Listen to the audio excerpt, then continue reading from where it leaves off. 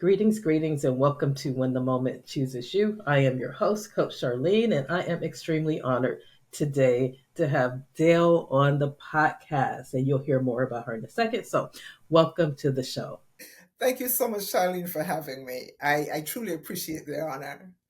Yeah, I am super excited actually. I kind of saw you about a year ago, and I was like, who's this with all of these nurses on the program? And so Mhm. that's why it really intrigued me. And so I went to your channel and I saw the amazing work that you're doing. And so I started my podcast in 2020 out of the murder of George Floyd because Mhm. it took me to kind of a place of darkness for a period of time. But as I went into prayer, I heard the words, what you do in this moment will determine your destiny and dictate your future. And so I knew that I was going to have to move from frustration and bitterness to action and impact. And so I found my voice finally after over 20 years of being in the industry, never saying a word. I finally was able to speak what were some of the things that I experienced actually to help bring transformation through storytelling. So that's really why I started the podcast. I want to unpack people's story of their moment that chose them. I knew that that moment chose me. So that's kind of what I want to unpack for you, Dale, just to see, first of all, if you could tell us who you are. My name is Dale. I'm Dale Barzey-Pond. I was. Let's start with where I was born. I was born tiny Caribbean island, Montserrat, and I grew up there. And in retrospect, it was the best childhood ever. Mm. Um, I became a nurse just about 50 years ago. I became a nurse in England, a nurse and a midwife. And so I've been fortunate enough to work both in the United, no, not both, but in the United Kingdom, in Montserrat, where I grew up, and in the United States. And so it gave me, and in various areas in nursing, which gave me a kind of perspective. Like nursing is nursing, but it really isn't all the same depending on where you Yes. are. Which moved me into wanting to speak to nurses. Ah, that's Which moved good. me into So wanting to speak to that nurses. passion moved you to want to speak to other Yes, nurses. yes, because what is how you're perceived and what is expected of you and what your scope of practice is depends a lot on where you are. Mm, that is interesting. You'll have to unpack that a little bit more for us. We'll do So that. for example, and I'll stick with, let us take the United States. If you are working in an urban area, if you're working in a teaching hospital, for example, you have all the bells and whistles. You have all the backup you could need. And, most things are at your fingertips. And if you transplant that nurse into a very rural area, it is actually a culture shock. I mean, a rural area within the same United States, within probably the same state, Right. it becomes a culture shock because that person is viewed differently. What they're allowed to do, or what they're expected to do, I shouldn't use the word allowed, what they're expected to do is different. The resources that they have are different. The people that they can reach out to um, are different. And so you Mhm. find yourself having to think differently and to rely on, to become a lot more self reliant Yeah. and grow a lot faster. Oh, I bet. I bet you're a major strategist, innovator, and all of that, and then Yes, some. yes, Yeah. Yeah, yes. that's awesome. So tell me a little bit more about, because I think I saw you've been in the profession over 50 years. 50. Is that Hmm. wow? That's pretty amazing. So I know you have such a rich breadth, and you've seen us come from where we were to where we are now. Yes, So yes. that must be pretty sobering. So tell me, Dale, I want to hear one of your moments. And I know you've had plenty through your career, but Would you mind sharing a moment that can kind of inspire other people about responding to their moments? All right. Well, let's. I'll talk first about the moment I knew that I wanted to be a nurse. Okay. Okay. Because prior to that, I thought I wanted to become a doctor. And the reason that I wanted to become a doctor was not because I knew so much about doctors, but because one of my dad's cousins was the first female doctor I ever knew, and I just wanted to be like her. Hmm. And so at 10 years old, I had my tonsils out. And I remember vaguely in the back of my mind being very, very curious about how this was going to happen. No one really discussed much with me what was going to happen to, or what was going to happen. But I wondered, and I don't think that prior to it happening, I actually asked anyone. But I do remember that after it happened, and the nurse who happened to be with me after surgery said that I kept asking, how did they take out my tonsils? Did they drag them out? Did they cut them out? I kept feeling, did they cut my throat here? I had no idea.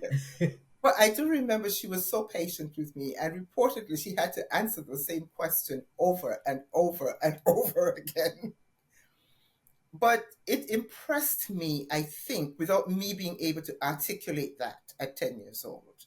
Right. The way she responded to me, I think, responded to something very, very deep and very intrinsic within me. And then I knew I wanted to be like her. Over the years between that 10-year-old girl and the 18-year-old who went off to become a nurse, I kind of vacillated a little bit. Do I really want to be a nurse? I have to work all these hours. I have to. But by the time it was time for me to choose a career and step out on my own path, I knew that's where I wanted to go. And so for me, that was a pivotal moment. Hmm. Yeah. Yeah, that's awesome. I'm just curious, though, Dale, because I don't really know, because I've only been in the United States. Uh-huh. And so you started nursing, and where were you when you went to nursing school? I went to nursing school in England.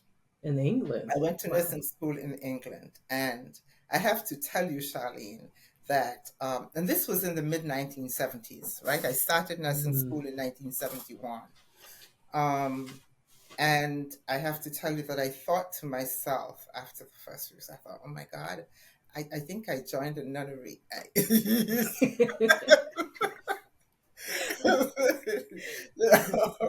I'm not quite sure in retrospect what I expected, but it wasn't quite what I expected. I felt restricted. It was a very strict kind of atmosphere, and in looking back, though, it benefited me a lot. I learned a lot because there Hmm. wasn't the wiggle room. You were either going to learn or you were going to leave. It Oh, was that wow. simple. Yeah. Yeah. So, was it pretty diverse there? Um, in Yes and yes, yes it was, yes it was. I went to school with a couple, not that very many English young ladies. Two, even at that time, there were two men. Oh. Even at that time, there were two men. There was one from South Africa, and one, I forget where the other one was from. Um, in my class, there were a couple of Indian nuns, and there was a goodly number of Malaysians and other Caribbean people. So it was really very diverse. Yeah, that's pretty amazing. Yeah, it was really very diverse. And we all had Okay. to make some serious adjustments. Oh, I'm sure. Hey, you guys actually lived diversity, so that's a beautiful thing because Yeah, all of the different perspectives coming in as you're learning, that must yeah, have been really beneficial. and at that time, and so many things that I didn't understand at that time. But for example, at that time, as a first year student and as a new student, you were not permitted to live unless you were married. You were not permitted to live outside of the nurse's residence. Mm. You had to live in the residence for at least a year. And at the time, I kind of rebelled against that, and I didn't understand why. And now, in retrospect, I can see the value of that, because as you just mentioned, with all of these diverse people, you had to learn to live with other people and to get along with other people and to relate to people who you probably never met, would not have met in your life. I certainly would not have met the young gentleman from South Africa, right? Or some of a couple of the nuns who were Indian in their perspective, or the Malaysians, because there were quite a few Malaysians, and so it benefited you in ways that you Yes. didn't even know were going to happen. Yeah, you know what? That's so true because that kind of reminds me. I went into the military when I was 18 because, the financial situation. Mm-hmm. And here I go. I moved from where I used to live and where whites were on one side and the blacks were Yeah. on the other side.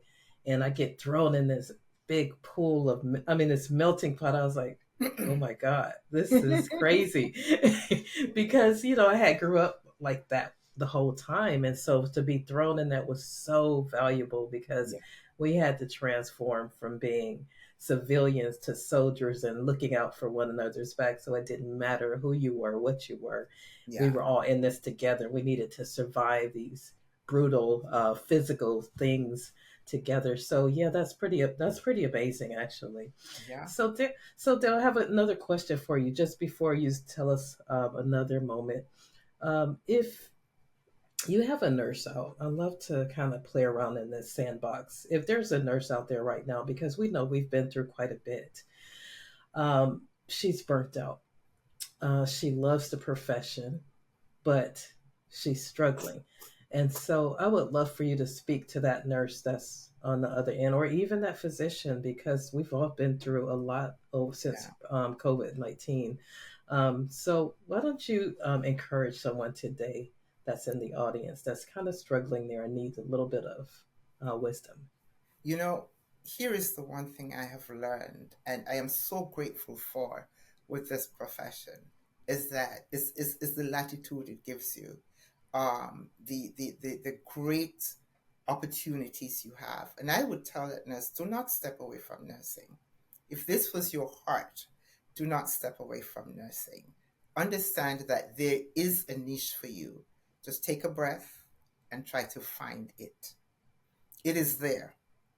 Just try to find it. You do not have to be burnt out. You do not have to give everything up yourself. You do not have to throw up your hands and say, this is no longer for me.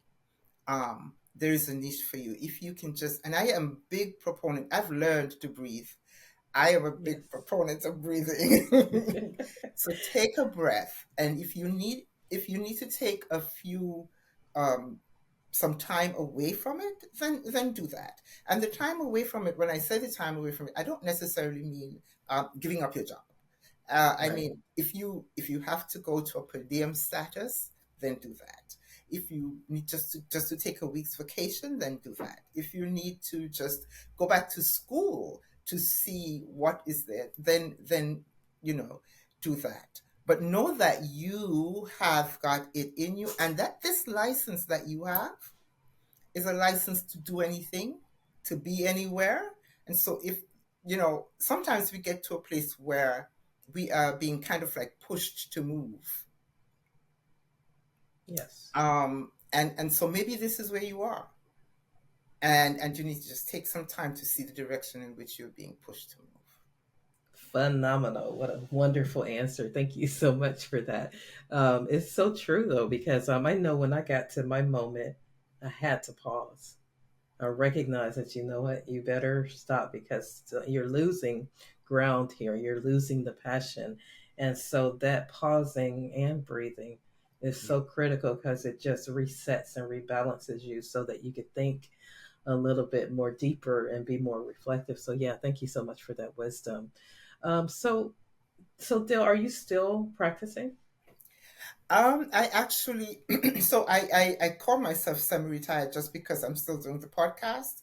But up until last year, or up until last earlier this year, actually, I had retired from full-time work, but I would still do the occasional per diem, like, something like once every 2 weeks or something like that.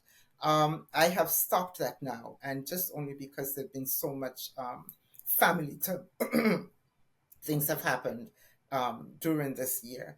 But I feel like it's time now for me to just kind of step back and just focus on what I am doing now, which is that I need to showcase nurses. I need, in my soul, what pushes me now is that I really, really need nurses to see. And notice I said need. I don't want. I need Yes. nurses to see what nurses are doing and what nurses are capable of doing, because we are huge. I need those around us to see who we are. I need those who we serve to see who we are, because people we serve have no idea at all who we are. I think that COVID probably gave them a little bit of a glimpse. Yeah. That was a very short lived glimpse. And I want them to have an intrinsic idea that when a nurse walks into your room, this is a professional person walking into your room with education, with experience, with ideas, with a plan, with the ability to evaluate. The person who's walking into your room is looking to know what's happening with you and to translate that into action, and that we have Yes. that, we can do that. Absolutely. I love that. So that's your passion It is right now, now. yes. Yeah. Well, that's wonderful. So how many nurses have you interviewed so far? Oh wow, it's I'm coming up on 250, Wow. That's and amazing. that's from all. And Charlene, when I started this, my goal was on my business card. It says that I want to showcase nurses from around the world to the world, one Yes. conversation at a time. And I said that, but I really didn't know how that would happen. Right.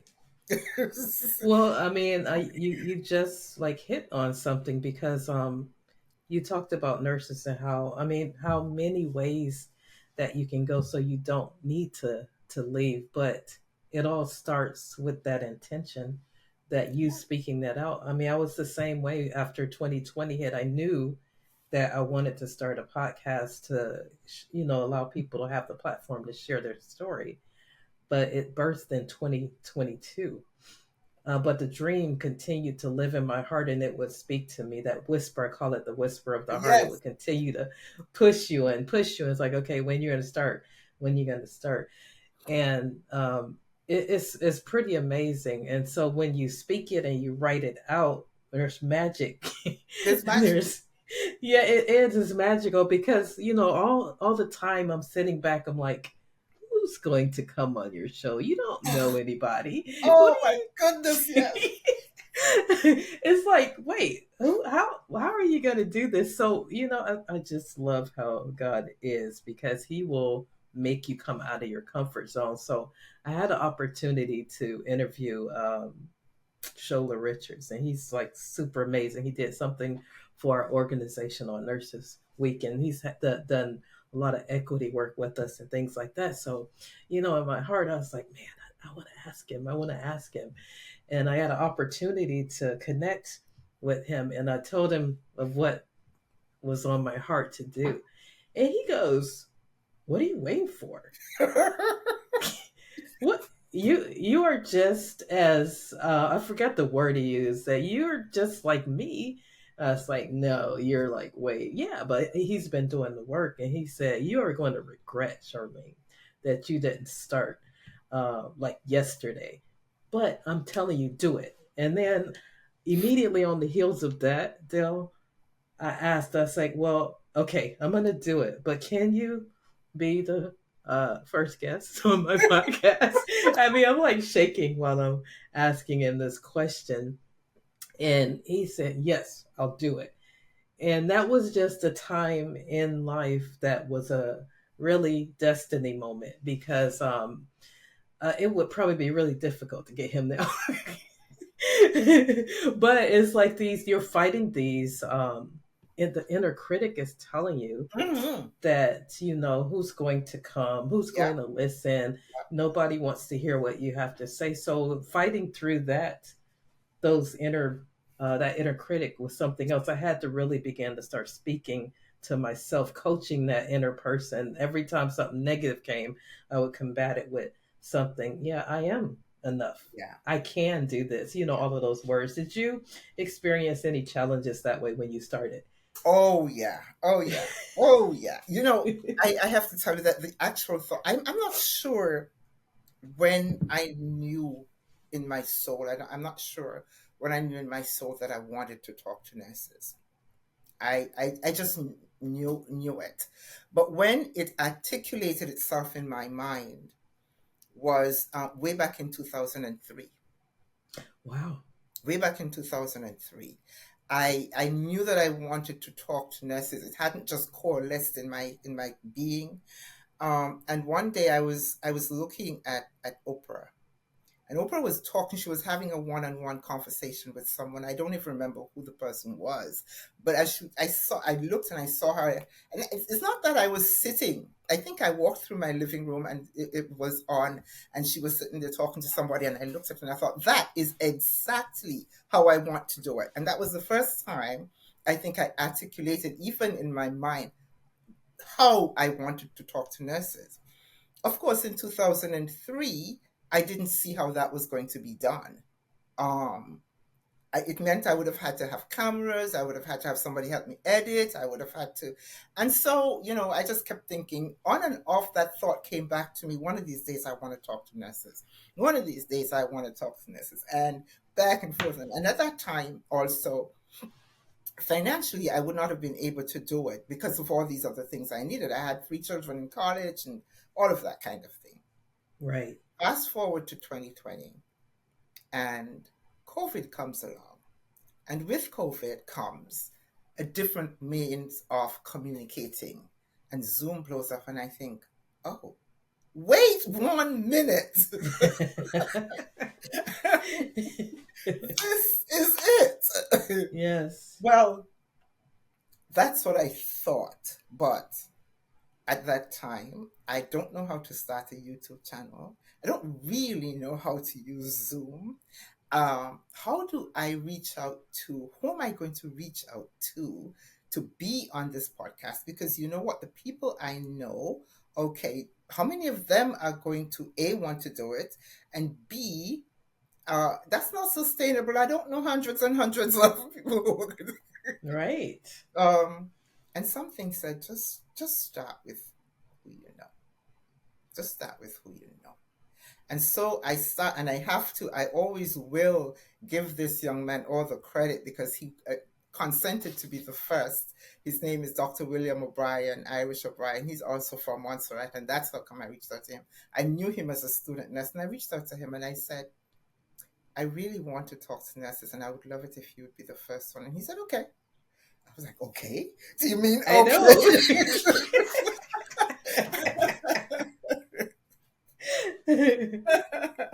And he I'm so very glad that graciously you're and very generously did it. no, but you know what? I'm so glad that we're talking about this because sometimes people look and they think that you didn't have any challenges doing what you're doing. They think that it was just a natural. Like I always tell people, and they do not believe me. Nobody has believed me unless you know me when I was a kid. I was super shy. I Mhm. had to do, when I was in college, I had to do a 5 minute speech, and I just about died up there in front of the room, just talking in front of people. So it's a huge transformative process for Yes, you when you say yes to your yes, dream. When you finally hear that whisper and that whisper that's been nudging you, nudging you, nudging you, and you finally surrender to that voice, you're still not done because you still got to fight through all of your self-limiting beliefs, fight through all of the fear, all of the other stuff Yeah. that you're doing just to do what you love to do. But once you do it, it's like, for me, it was like a breath of fresh air. Like, okay, I did it. I can keep going. Yeah. Just step one foot in front of the other. So that's what an amazing story. That's Yeah. awesome. And then, Charlene, after you do the first one, your second thought is, can I do it again? Yeah. Yeah. Do It's I a have, and constant. then yeah, and then you look for you look for people to reach out to, and you think, wow, will they want to speak to me? I mean, you see people who you think know so much and have done so much, and you think, why would they want to talk to me? Yeah. You know? Yeah. Yeah, no, that's awesome. So anybody out there that's like they have a dream in their heart, they have something that that's been pushing you and pushing you and pushing you. Continue to listen to that whisper because it's trying to lead you in a path. That's actually Dale what really showed me that I've been in I just retired July 5th, early retirement. Mm-hmm. And I'm only 58, but my heart was pricking and pricking. I mean, literally over the last probably 6 years or so, pushing me and pushing me and pushing me because it wanted me to expand and be able to really help the nurses out now that are really struggling post pandemic, post the trauma that we've all been through, so that they can catch their fire back. They can remember their why, remember why they went into the profession. So I start doing things like that and I like literally come alive. And I know that that's what I'm supposed to be doing in the season. And so I wanted to early retire so that I can do that. And my coach, she said, Charlene, you keep hanging around the swimming pool when God wants you to jump out into the ocean and allow the ocean to pour back into the pool. And so when he said that, I was like, okay, Charlene, get out of your little cubby hole, jump out and do what you're supposed to do, and then be fulfilled in doing that. And it's been an amazing transition. So much to say about it. So I'm encouraging any nurse, any doctor, anybody out there that has a dream in their heart to don't ignore it and to go for it. Yeah, yeah. Yeah. And the thing is that you don't, what I understand now, we have this thing is that we want to see, I will do this when, or I Yeah. will do this, if when this happens and that happens and that happens.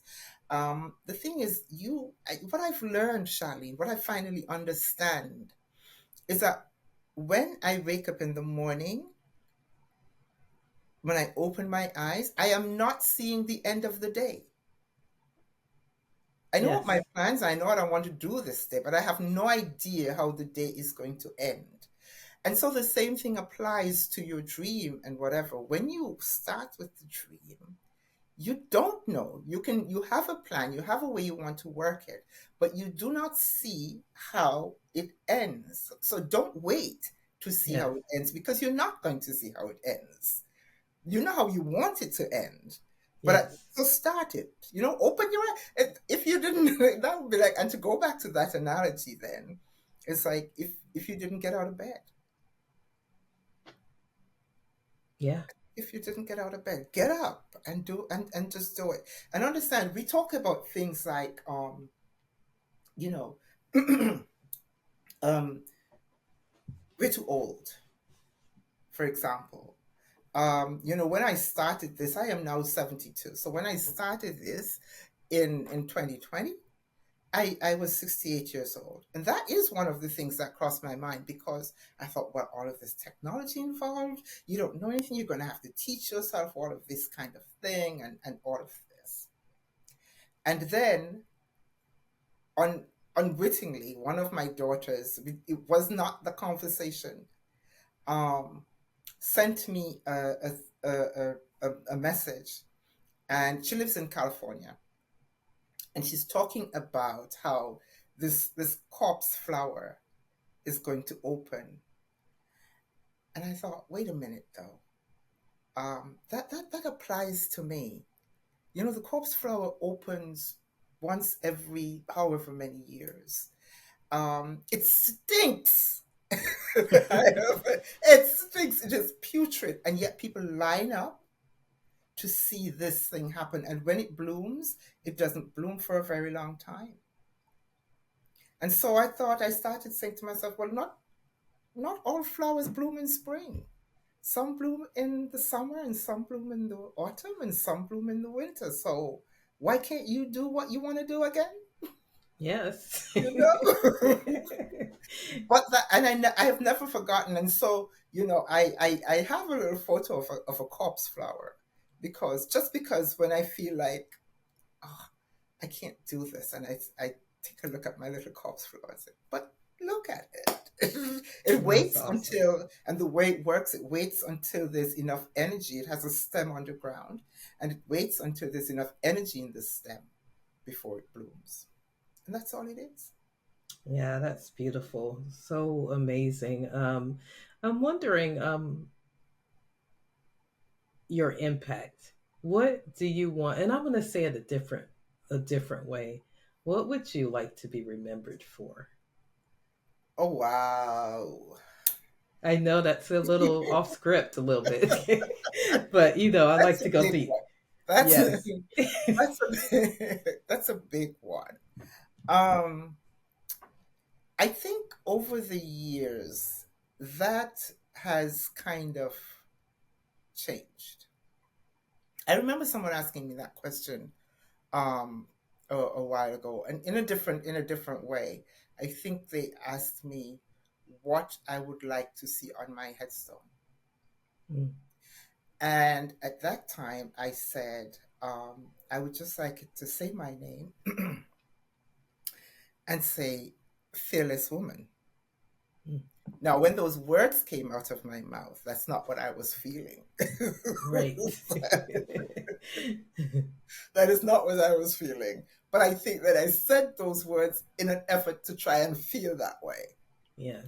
And so over the years, that thing to be fearless is something I try to, because believe it or not, Charlene, I am a total introvert. Um, so every time I have to work on being this fearless um, person. And so when you ask me what I would like to be remembered for at this time, I think I would like to say that I would like to be remembered in this profession and in this sphere as someone who fearlessly made an attempt to uplift my Yes. profession one at a time, one person at a time. Um, and Yes. and That's and beautiful. forget the doubts and the negativity and whatever plays inside your mind. Put that away, and be a force to make nurses see that what the power that we have, and that we can step out fearlessly into what we do every day. Yes, that's beautiful. I absolutely love that. And so, Dale, wow, I can talk to you some more. So, why don't you tell us first? I want to know more about your podcast so other people can check in and subscribe. So, tell us about your podcast first. Okay. So my podcast, as you know, I said, was birthed in 2020.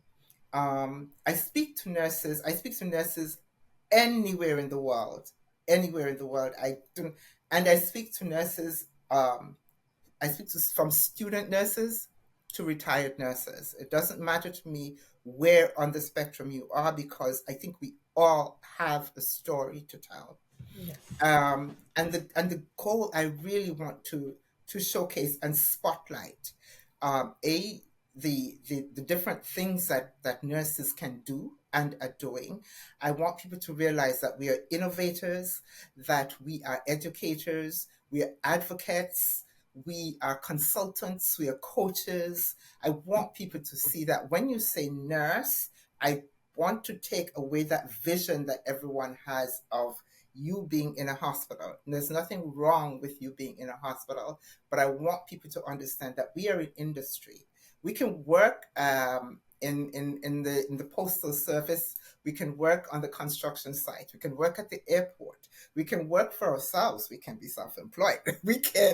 Um, you know, Yeah. we are beauticians. We are estheticians. We are all of those kinds of things. And our nursing knowledge allows us to be that kind of thing. So the podcast, when I speak to nurses, is a learning thing for me, and I want it to be a learning thing for anyone who is watching. I want people, every time you look at a podcast, go, "Wow, nurses can do that." Yes, all right. Yeah. Yeah. Well, Yeah. you know what? I like what you said earlier. When a nurse does walk into the room, into the bedside, even, they're walking in with such authority, Yes. awesomeness. I love how you describe that, because they're like, what I saw is this nurse just walking through the threshold, authentically present, ready Yes. to listen, ready to be heard, and to hear, And to, and to make sure that they're listening to the patient, and they have top-notch quality in their mind, so they're going to take care of you like amazingly. So I just saw this a superhero, like really a real superhero, but she's more powerful than she knows she is, but she walks in her authority and her power yes. to really touch the lives of another human being. So Yeah. it's really awesome. You have a wonderful vision, a great vision, and it helps because nurses need to see that they can do anything. You Yes. know, like sometimes you get beat down and you feel like you can't. And so to Yeah. be able to display all of the different things that nurses can do, I think is just super amazing. So I really am so grateful that I met you, and I am enjoying your podcast as well. I'm So, happy. I'm happy. yeah, anything else you want to say about the podcast before we move over to something else? What else do I want to say about the podcast? How can they find you? Oh, absolutely. I can be reached on by email. I can be reached at nursestalking@gmail.com. I am on LinkedIn. Um, and I do have a website, just nursestalking.com, and I can be reached there.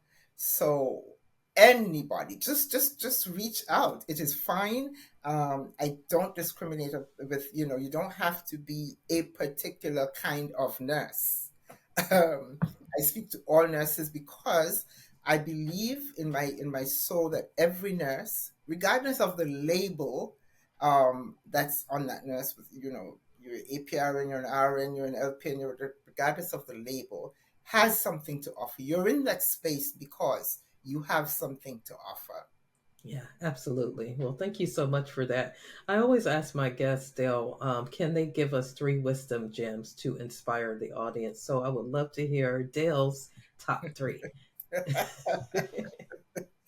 uh, well, okay, so your thing is called when the moment chooses you. So the first one that I would think of is that your moment is yours to experience. When that moment comes to experience, and if you weren't eligible for it, if it weren't for you, you wouldn't have it. So when that Absolutely. moment comes, welcome it, because we tend to run away sometimes from those moments. I am just as guilty. Yes. Oh my God. But if you think of all the things that people are doing out there and all the moments that people have had, not all of those come to you. And that's because they're not all for you. So the Yes. ones that come to you, it is yours to experience. So don't be afraid of it. It might be daunting, but it is yours. So know that if you weren't eligible, you would not have had it. That's excellent. That's the first one. The second one is that um, the fruit of that moment may not come immediately. I am a gardener, and so a lot of my references and my analogies go back to gardening. But the fruit of that moment may not come immediately. You have the thought, you have the dream. You now have to nurture it. You have to water it. You have to feed it. You have to take the steps towards getting to where you want it. It is not necessarily, in fact, very often it doesn't happen overnight.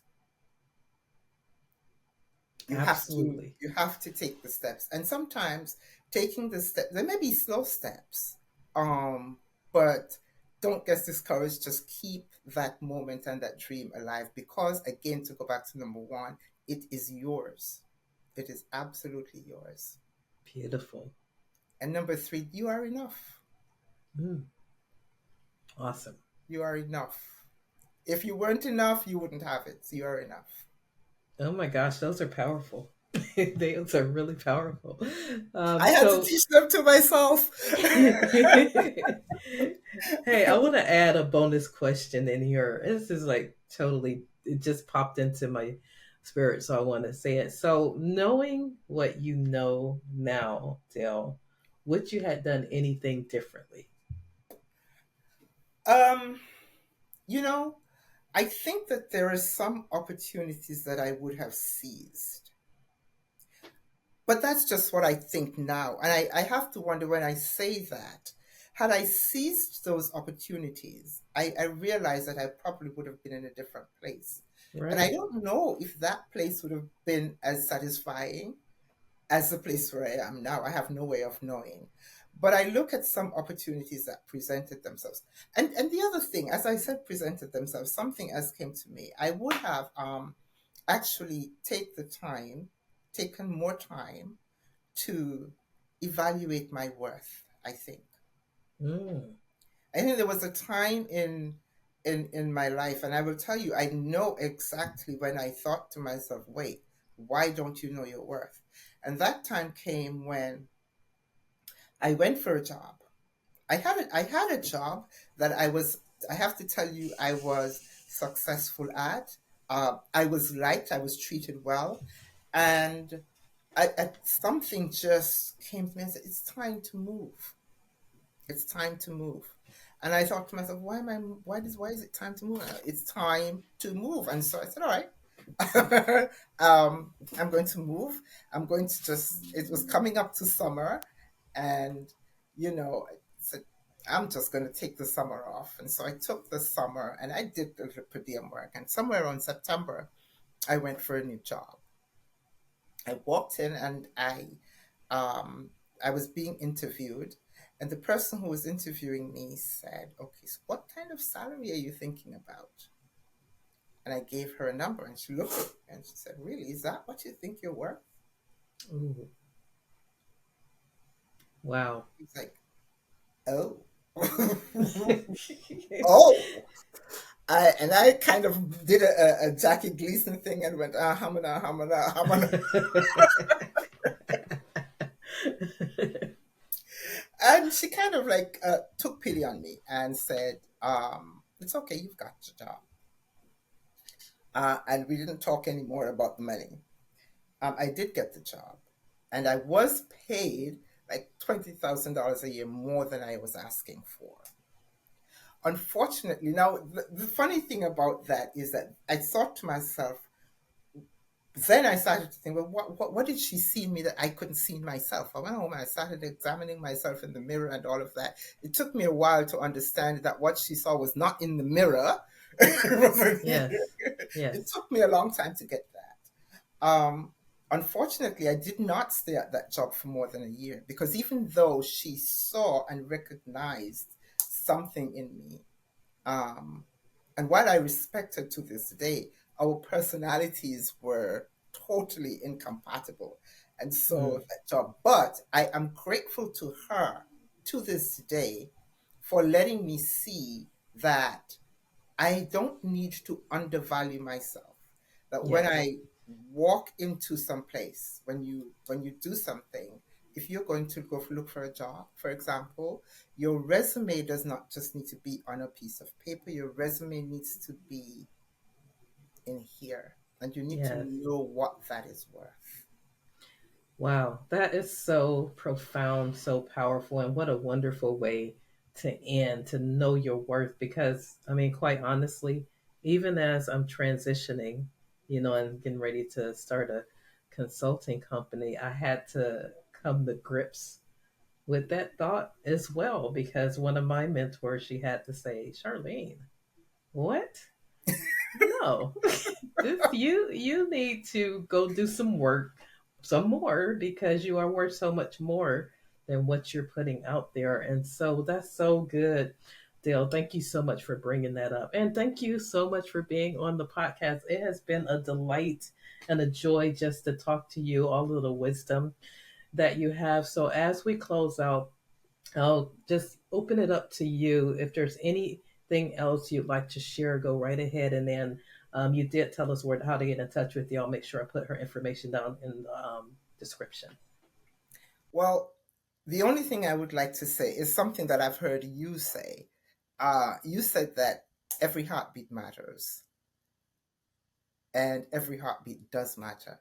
I want to thank you for tuning in to another inspiring episode of When the Moment Chooses You. I'm your host, Coach Charlene, and it's been an absolute pleasure. Each journey we've shared today is a reminder that when the moment chooses you, the possibilities are endless.